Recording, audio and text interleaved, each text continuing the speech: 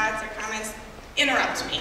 That's fine. It makes me more comfortable if you guys do that. So feel free. So I'm going to start with how to help our kids with diversity. And when I started thinking about what I would present or how to present it, I was thinking about how many types of diversity that we actually have. And so I was like, man, I could talk on so many different things. So I tried to narrow it down to what I thought would be the most helpful. But because really our kids are encountering diversity anywhere from cultural and ethnic to spirituality to socioeconomic, physical disabilities, so that might be missing limbs or wheelchairs, or any other types of physical things, and even behaviors, so it might be ADHD or sensory issues, the autism spectrum. So there's lots of ways that we encounter that throughout our day. So when we talk about diversity with our kids, we want to keep their age in mind. At 2 years old, our kids start to recognize the difference between gender, and so they're starting to recognize that typically boys are playing with trucks, and typically girls are playing with dolls, and mommy does this, and daddy does that. So at 2, they're starting to recognize that, and they're also starting to recognize that we look differently. They're starting to recognize that we have different hair color, we have different skin tone, different hair texture. And they're not as aware of physical disabilities yet at that age. That comes later unless there's something really obvious. Like they might start to notice somebody has a wheelchair. My daughter just wants to ride in the wheelchair. So then from like starting at like 3 into 4, they start to notice that people have different customs and traditions. So people eat different food, people celebrate different holidays. And at about 4, they're starting to ask more questions. They're starting to ask, why is my hair brown and your hair blonde? Why does my friend Sarah why is her skin different than my skin? My niece is 4, and she is half African American and half Caucasian, and she's over at our house, and there's another little baby, and she looks like me. I was like, she does. And so they're starting to recognize that at that age. And so those questions are normal, and we want to be able to answer our kids openly and honestly. And at 5, they're wanting more explanation. They're wanting the science behind those questions. So they're recognizing more that there's different groups, and they're recognizing the similarities as well as the differences between the groups. So at about 5, they're starting to have their own identity and their own personal identity as well as their own group identity. They're starting to form some groups. So one of the ways that we help our kids with learning about these differences is their environment. So what we put in our kids' environment and what we don't put in their environment tells them a lot about what's important. So there's a lot of ways you can create an environment that helps your kid with diversity. So you might decorate their room with different materials and different objects from different places. You can play different games from different cultures. You could play music from a different language, create art projects from different customs, try different types of foods. There's different cultural or ethnic events that go on. A variety of toys. So like at my house or in my office, I have dolls that are all the blonde-haired, blue-eyed dolls, because that's not what the world looks like. But it's surprisingly hard. It's getting easier to find dolls that are more diverse, but it can be a challenge sometimes. But going out of your way to find things. So this helps our children develop ideas about themselves and others, and it creates conditions where kids can ask questions. And we want them to be asking questions because it gives us an opportunity to provide them answers. It's normal for kids to ask questions. I don't know a 3-year-old who doesn't. So, and it also, their play environment and their world creates an opportunity for us to teach them. When you're creating an environment, we also want to be careful that we're not unintentionally reinforcing stereotypes. So you want to have things, so if you have books, you want to be careful that your books depict a wide variety of people in a wide variety of settings. So this is single parent homes, 2-parent homes, extended family homes, that it's not all this type of person has this type of home, because that's not accurate either. And you also want to be careful that you're not confusing past images with current way of life for different groups, as well as what is a special tradition or holiday is not, you're not giving the message that that's how the way of life is every day for somebody either. So you're kind of, you might have to educate yourself a little bit too. I consider myself a lifelong learner, and so I by no means know everything about everyone, and so sometimes I have to learn things in order to be able to teach my kids about that as well. So a lot of times we think that our kids don't notice differences in other people, and we think that our kids are colorblind, but kids notice differences. So, and in fact, being able to talk about the fact that we're different is important, because it talks, if we don't, we're denying a piece of somebody's story. The fact that we're different is good. Kind of, Chris, is it? How you're saying we each have our own unique gifts and talents. I think it's important to teach our kids that we have our own unique gifts and talents, and we have ours and somebody else has theirs, because we're creating this idea that we're all special in our own way, rather than having this spirit of comparison. And so it's okay to be different, and it's okay to talk about that we have differences. Talking about it isn't going to increase the chances. Some people think that when we talk about prejudice with our kids or differences, that we're going to cause them to be prejudiced or cause them to think, well, so-and-so's different. They're recognizing that already. It's our job to give them positive attitudes about that and to help them interact with people in a positive way.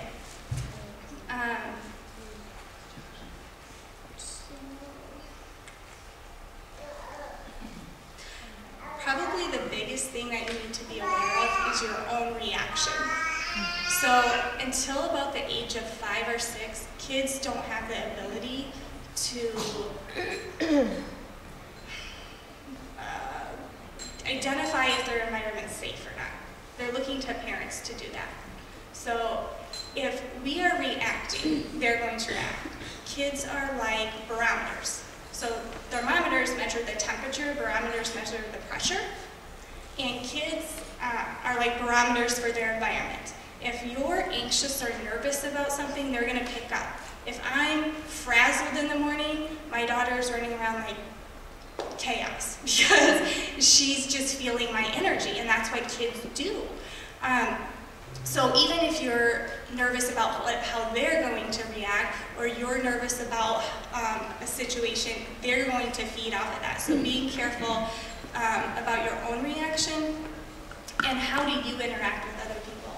Do you only interact with certain people when they're doing a job for you, or are you including people in your everyday life? And how do you treat those people? How do you respond when somebody says something negative about somebody else? Because they're listening. And oftentimes they're listening when we think they're not. I can't tell you how many times I've had kids come into my office and they'll say, I heard mommy say da da da da da da da, but she thought I was asleep. And so we don't think those things, and it's so important because those are the times, those are the things that they're going to pick up on the most. They're going to do as we do, not as we say. So you want to make sure that your actions match your words. And I'd really encourage you to think about how are you going to respond if you're in a situation where somebody says something hurtful or negative or about another specific type of person, whether that be how another child is acting or how another person looks, because that's teaching our children, and that's our opportunity to provide them some education with what to do and set an example. Questions about any of that so far? Thoughts? Something that you said reminded me of our 3.5-year-old baby. At Christmas, we did a project for providing mosquito nets and chickens and goats to a family in India. And we were going through the catalog, and the catalog was all dark skin. And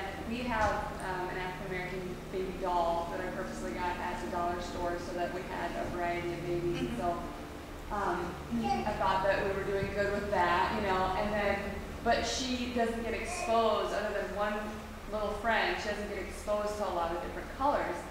And so by the end of looking through this catalog, I was watching her face and I was realizing that when I was describing these people, that they don't have homes and that they don't have food, that it was creating this lens for her, and it really bothered me. And I was like, what do I do? What do I do? So I'm like, Sean, pull up Facebook, pull up any white baby you know, any white kid you know. And he's like, what? I'm like, just pull up any picture. So he pulls up our friend's kid. And I said, see, look at that girl, she doesn't have a home either. And I know it was a fib, but like I wanted to like bridge for that element, you know? And the mom, I was thinking about the mom of that kid, and I'm like, wow, she'd really laugh right now. But like, I wanted her to know that all different colors don't have, that they need needs, you know, or they have needs and that they don't have homes and, you know, things like that. But I found myself doing something really funny, you know, for the sake of educating her lens, you know, because I could see it in her eyes that I was trying to teach her a really cool thing, and that we were going to do this as a family, and then the next time we see someone, she'd be like, do you have a home?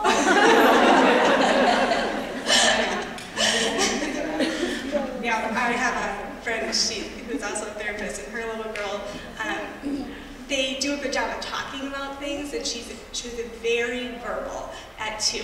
And so they go down to where they live now. There's not a lot of exposure to other cultures and other people. She wasn't in daycare, so she wasn't interacting with other kids, and she wasn't in a small group or any of that type of stuff.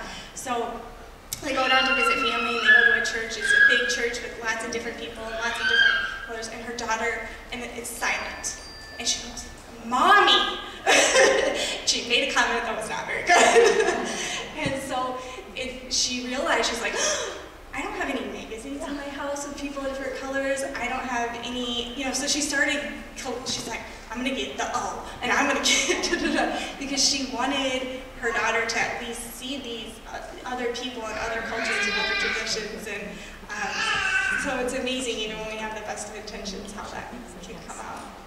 How do you handle the questions that I was helping someone, I was coming in a door and going out the door, and this person didn't have any arms, I was holding the door open, and that white 3-year-old, or she's 4, she's going, Mom, he doesn't have any arms, you know, and I was like, shh.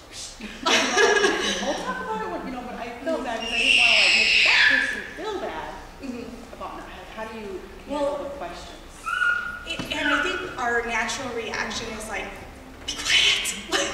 But the reality is, they know they don't have any arms, you know. And so I think the approach that I have to take is that I'm just honest with them, and rather than acting like that doesn't exist, I say, yep, and I just tend to be open and honest with my kids and appropriate, you know. And even sometimes people even introduce people and say, this is so and so, and you can ask them their name or whatever, and most people are comfortable with the questions. They're uncomfortable with the fact that people shy away and don't want to be around them.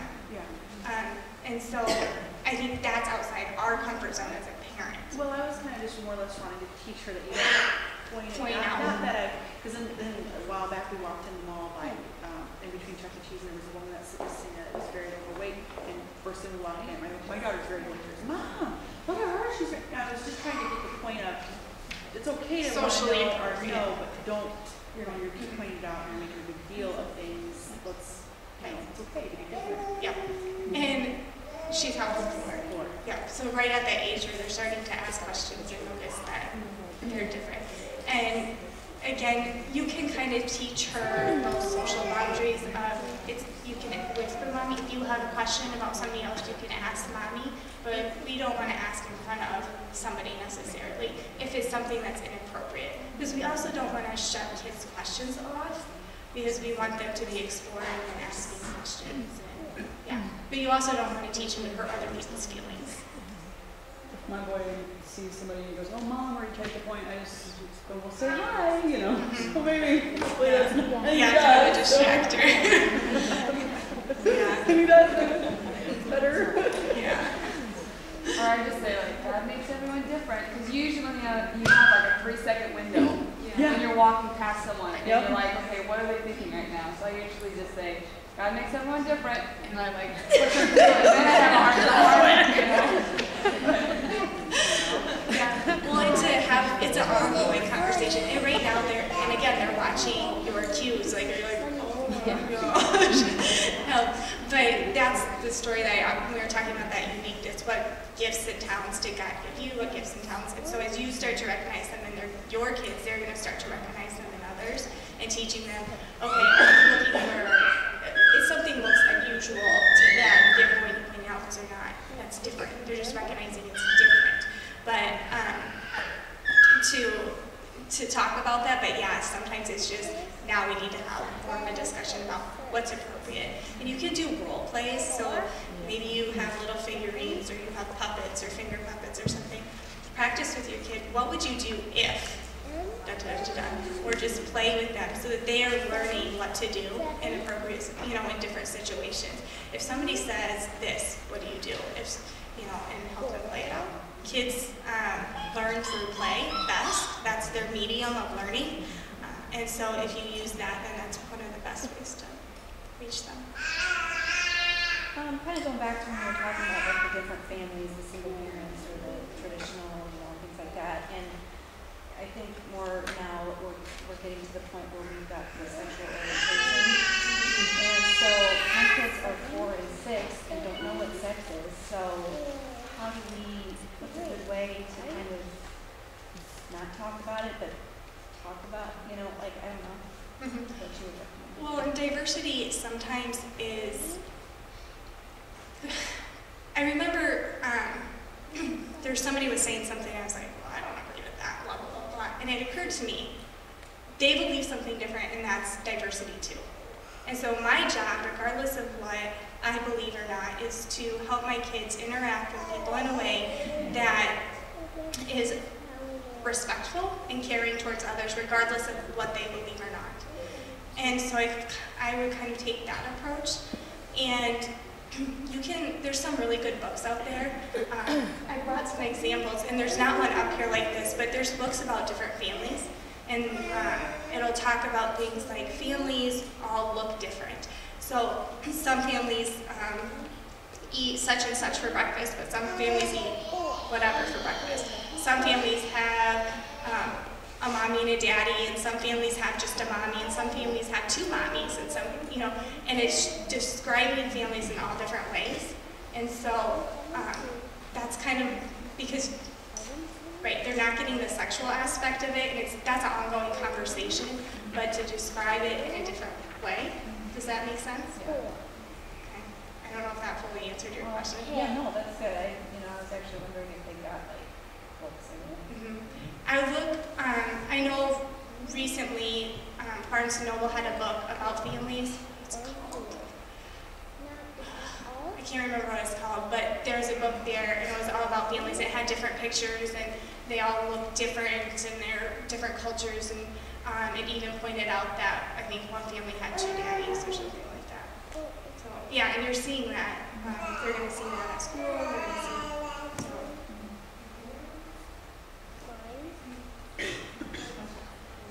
Growing up, my good friend had an uncle who had Down syndrome, and then a good friend of my grandparents, their son had Down syndrome as well.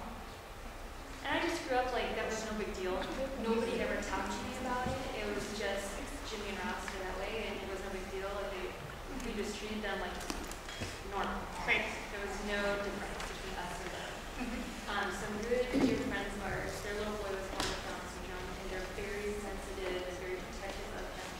And my daughter's going to be 4 in May, and we've always just treated him the same way as any other child in our house.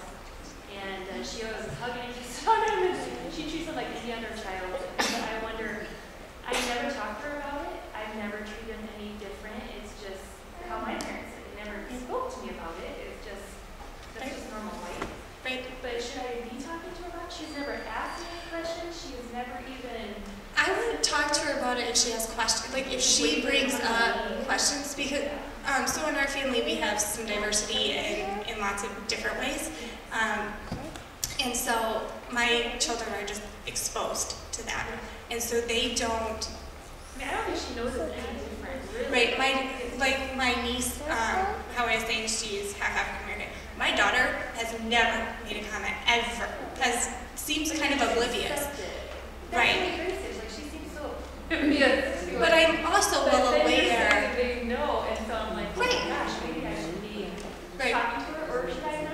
But you're also teaching her is that regardless of the fact that somebody's different, we still teach them with respect. We still care about them. We still interact with them in a healthy way.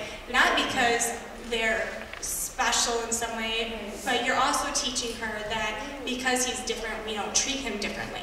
Right. You know, Yeah. I and just so, want her to treat him like any other child. but there also might be some things. So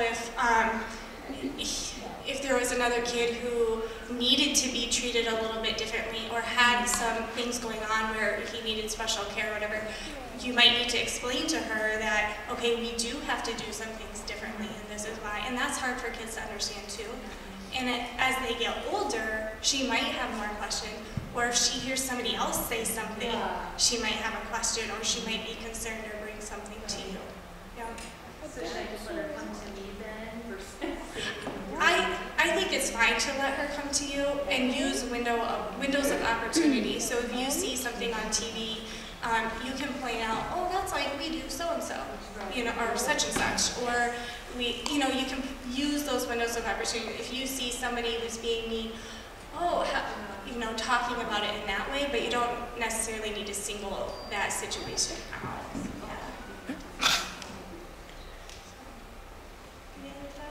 Questions or comments? I would like to go back to her question. You were talking about books and stuff that point out diversity and stuff. And I would take it one step further and I would say, okay, this is the way the world is, but this is how God created marriage. And so you can just take it back to your own values and beliefs. Your own values and beliefs. So right. This is what you're going to see, but this is how God intended marriage to be. And I think that's true of a lot of situations we're going to encounter.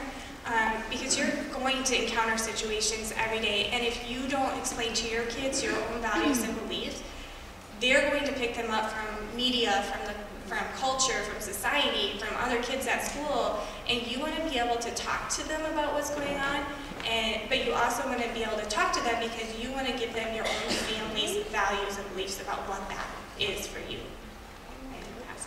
What age do you think that switches over? For example, I grew up in a Christian home and my mother was very outspoken. So for example, if we were to go to the mall and see two men with a child at 3 or 4, the conversation that my mother chose was, that's sin, they shouldn't be like that, yada, yada, yada.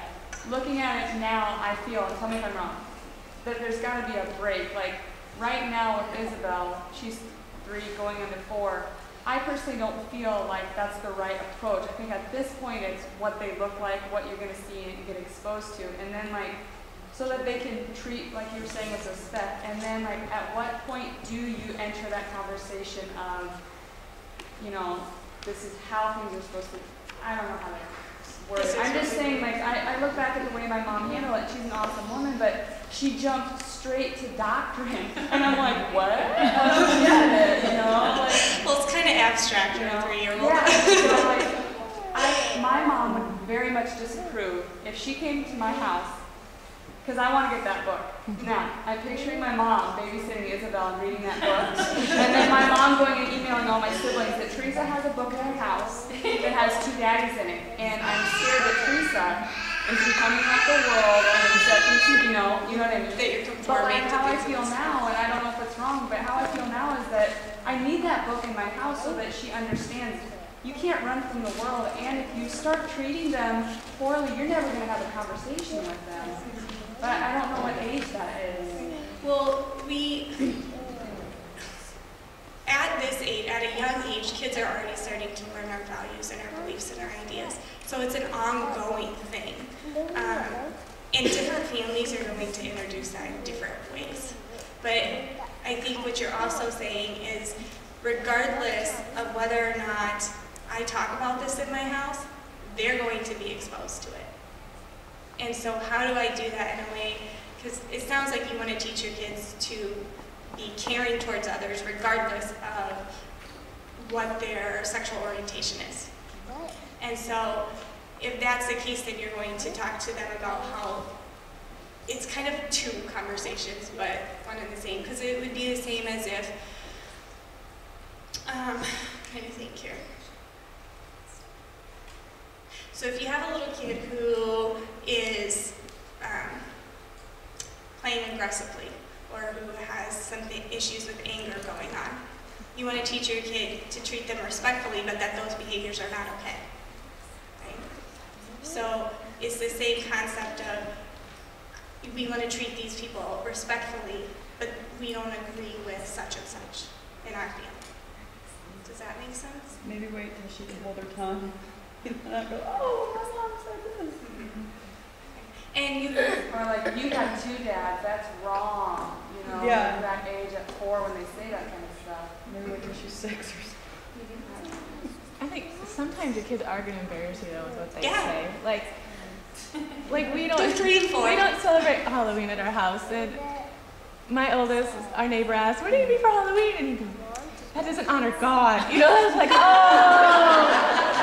And my neighbor like has played the drums a lot, so he didn't hear him. So if you're like, "Hear my son," I was like, "Whew, good thing the hearing's going." But you know, like when you're teaching values, sometimes you're just gonna have to be like, "Lord, take care of this," because I'm so embarrassed. Right. And, Yeah, and not everybody's going to agree with what you're teaching your child. You just have to be okay with what you believe. So what if, like, your child is really close to someone that's, you know, of a different religion, and you've taught them, like, if you don't believe this, then you're going to hell, and they're like, well, you know, this person I know doesn't believe that, are they going to hell? And then they start really worrying about it, and, I mean, what do you do then? Well, and kids are going to start to recognize again that we're different. And to start, I mean, there's lots of ways you could approach that. And so I'm trying to keep in mind that, so when not everybody's going to believe what your child believes, and that's a hard conversation to have with your kids. And so you want to be able to talk to them about, maybe you can share your own thoughts or ideas, but they might not agree with you, and what is that, and what does that mean? But those are hard lessons that you're trying to teach your kid, and that's something that, you know, maybe you say to them, well, what can we do with the worry? You know, maybe you guys pray about it, or maybe you do something with the worry, but those are also lessons that he's going to encounter in the world that are kind of hard. I don't have a great answer for it.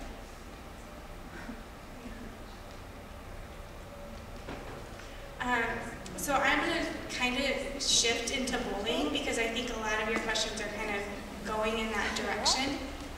And bullying is any unwanted, the definition that you'll see all over, is any unwanted aggressive behavior among school-aged children that involves a real or perceived power imbalance. The behavior is repeated or has the potential to be repeated, and over time. And both kids who are bullied and those who bully others may have serious and lasting problems. So there's lots of types of bullying. They range from verbal bullying, and this would be teasing, name-calling, inappropriate sexual comments, taunting, threatening others. Social bullying, which is sometimes referred to as relational bullying. And this might be leaving somebody out on purpose, or saying, don't play with that person, or I'm not going to be your friend, embarrassing somebody in public, rumors. The verbal and social bullying tend to be females. And the physical bullying, which would be like the hitting, kicking, spitting on people, pushing somebody down, it tends, not always, but tends to be more males. It's amazing how frequently it actually goes on. So one study showed that in grades 6 through 12, nationwide, 28% of students have experienced bullying. And another study showed that kids who are 6 to 10 years of age, 30% of all of them have been bullied or have bullied others. So that's equal to about 5.5 million kids. A lot of kids. So when you're talking about bullying, both in here and with your kids, you want to be careful how you label that. Okay? So if we say that child is a bully or this child is the victim, we're giving the idea that their behavior can't be changed and it's set, and we're ignoring the fact that oftentimes kids who both do the bullying as well as are bullied are the same. So the way that we'll talk about it is the child who does the bullying or the child who has been bullied, or both. So when there are some risk factors that put kids at higher risk to be bullied, there's not one single risk factor that means you are going to be bullied, but there's things that put kids at higher risk. So anything that sets them apart from their peers. This might be their size, if they wear glasses, if they wear different types of clothes, if they're perceived as weak or unable to defend themselves, or they have depression or anxiety, low self-esteem. They tend to be less popular than other children or have fewer friends, and they don't get along well with others. They often, other peers see them as annoying or provoking or antagonizing others. There's also some factors that put your child at higher risk for being a child who bullies others. And these would be that they kind of fall into two categories. One category would be that they're very well connected to their peers and they have a lot of social power and they're very concerned about their popularity. And the other would be that they're more isolated from their peers, and they don't identify well with others' emotions or feelings, and they're less involved in school. Children who have aggressive play are easily frustrated, they're less in parental involvement, think badly of others, have difficulty following rules. They believe that violence is a positive thing. They will also, or if they have friends who bully, they will also be at higher risk for bullying others. So it's important to remember that children who bully others are not necessarily bigger or stronger. The power imbalance can come from size, but it can also come from cognitive ability, popularity, or a lot of other sources. So it's not just about the size of your child. So there's some things to look for in regards to if you think your child might be being bullied.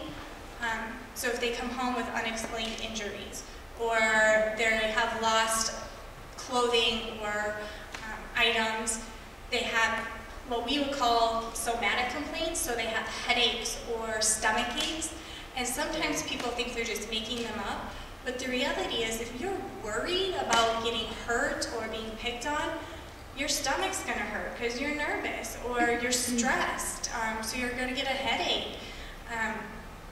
And they might have other things where like they have a bruise on their arm or something like that that legitimately hurts.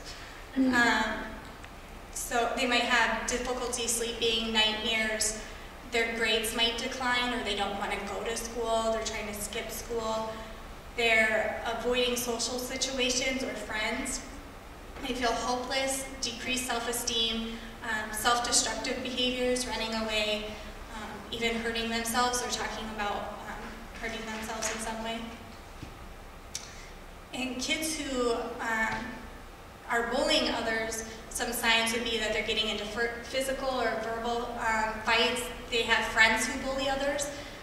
They're sent to the principal's office. They have unexplained items, extra items or money that you're not sure where it came from. They're blaming others for their problems. They're competitive and they're worried about their reputation or their popularity. So some of the effects of bullying. Bullying, it affects kids in the short term, but it also affects kids long term, even into their adulthood. And so it's a big deal. They're more likely to be depressed and anxious, feel sad and lonely. Their sleep patterns might change or their eating patterns might change, and these are all things that we're looking at when we're looking for depression or anxiety. They are going, again, have more health problems, and some of those things are going to lead, because when you are worried or anxious about something, so like you're sitting in class and you're worried about Susie over here who's been picking on you, your child is going to be in like hyperarousal, so she's in that fight, flight, or freeze mode. And so what that does is, if this were your brain, right? So up here, this is the part of your brain that makes the logical decisions. This is the part of your brain that we hope is working when your kids are in school so that they can do their math and their reading and whatnot.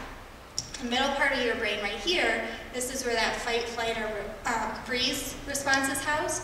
So if you're in fear, you're in this part of your brain.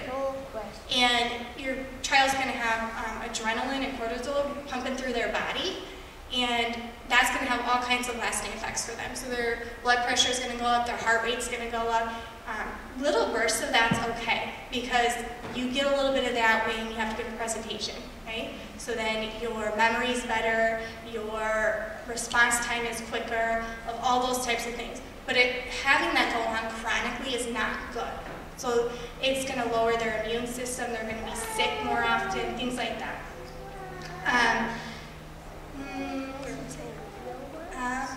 Decreased academic achievement, because they can't pay attention when they're in school, and they're missing school, they're less likely to graduate and drop out of school. Kids who bully others, the lasting effects would be that they're more likely to use drugs and alcohol in their adolescence and as adults. They're more likely to get into fights and vandalize property and drop out of school. They engage in early sexual activity. They have criminal convictions. And actually, by the age of 21, they're more likely to be in the criminal system. And as adults, they abuse their romantic partners, their children, their spouses. So what do you do as parents? So probably the best thing you can do is give your child the language to be able to talk about it. Being able to talk about what does it mean to bully somebody? What does it mean to be bullied? And giving them the language so that they can talk to you. Helping your child identify some adults that they can talk to, some safe adults. So I would say at least 2 to 3, and helping them. This might be a school counselor, this might be a teacher, this might be yourself, hopefully, an aunt, an uncle, but some adult that they can go to and that they feel comfortable talking with. And you're going to talk to them about how to stand up to kids who bully. So you're going to give tips like using humor or saying stop directly. And you can teach your kids through, again, role plays, how to be assertive. So you want your child to be able to say what they mean what they say, but not be mean about it. So if I have a kid I'm talking to and I'm saying, or practicing saying stop, I don't want this kid to be like, stop it, I don't like that, because that person's not going to listen to them. I want to teach them to make eye contact, and that can be scary and intimidating. So a trick would be, if you look anywhere from here to here, it looks like you're making eye contact, but you don't have to. You want to teach them to stand up straight or sit up straight, because if you're slunched over, you're perceived as a target, basically, for that. You want to teach kids to use, to watch their tone of voice. And so when you practice that, that's a learned thing for kids. And so you might practice with little figurines, but you can also have them physically practice with you. And give them words to say, because they don't always know what to say. Talk about strategies for staying safe. So staying by other adults or staying with other children who they're less likely to become, to be in those situations. You want to talk to them about showing kindness to others. So being a bystander also has negative consequences for kids, because they're also more likely to have depression and anxiety if they're watching somebody be bullied. So if 5.5 million kids are actually being bullied or have bullied others, that's a lot of bystanders who are witnessing that. And so we want to teach kids how to stand up to that, because being a bystander, oftentimes, like, so if you're standing here and you're laughing at that, even though you're not initiating that, you're condoning that, and you're feeding into that dynamic. And you want to start teaching kids young to read other people's emotions, to teach that empathy piece. So even at 1, you could start saying to your kid, look at so-and-so's face, she's sad that you hurt her, or she's sad that you took her toy away, or she's mad right now. So you're teaching them to read other people's cues, even at a young age. I think, I don't know, was there a couple of videos, did they give them to you? Can you play them? There's a couple of people that are talking about being a bystander, and I thought it would be kind of interesting to watch if we can. And it doesn't matter what order you play them in.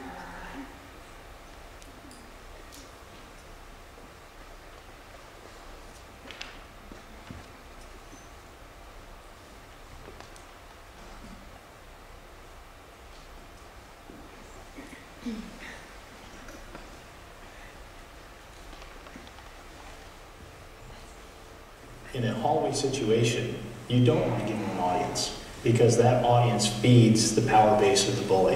I tell my girls that if you laugh, that means that you agree with what's happening, and you may not be the person bullying directly, but you're certainly supporting the situation, and you're just as responsible then for hurting that person, and that you need to take accountability for how you're responding to it. You may not have initiated it, but to support it is a behavior that we wouldn't accept at our house.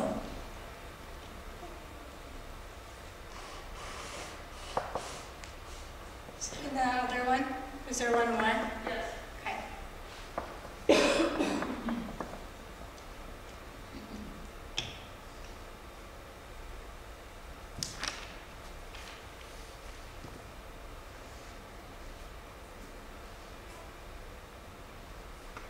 Bullies, they really feed off of the energy that they get. You know, if they hear people laugh at one joke they make, they're going to keep making them to get the laughs.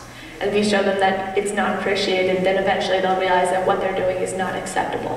When I've been an audience member, I've actually been in situations growing up where I've seen kids bullied as a group. I've been part of the crowd, and I have been in situations where it's just been easier to laugh at the kid who's being bullied, and you feel bad, but you never see anyone else reaching out for them, and you know that you could be that person. But there's just this instinct to conform to the crowd and to just keep laughing and to tell yourself that the kid's okay, even though you know that it's not, and this is going to have a real negative effect on this child.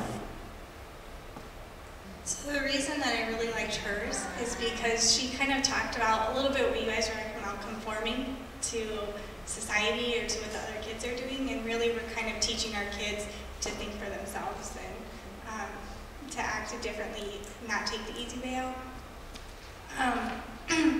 So research tells us that kids really do look to their parents for when they have tough decisions and things going on in their lives. And so if we spend even 15 minutes a day just talking with our kids about things in general, then they're more likely to come to us when they do have difficult things going on in their lives. When you talk with your kids, when we use things like what we call open-ended questions, you're going to get a lot more information, and it's easier for your kids to provide you with what's going on in their world. So an open-ended question is something that doesn't have a yes or no answer. It's, tell me, what's it like to sit at the school table? What do you guys talk about? Tell me what it's like to ride the bus. So you're getting more of a general, you're opening it up for a discussion.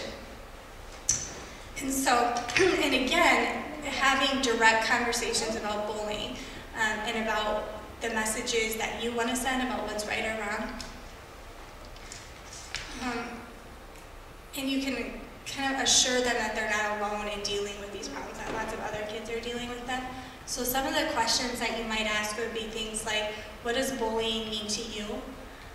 Describe what kids who bully are like, or what do you think about people bullying?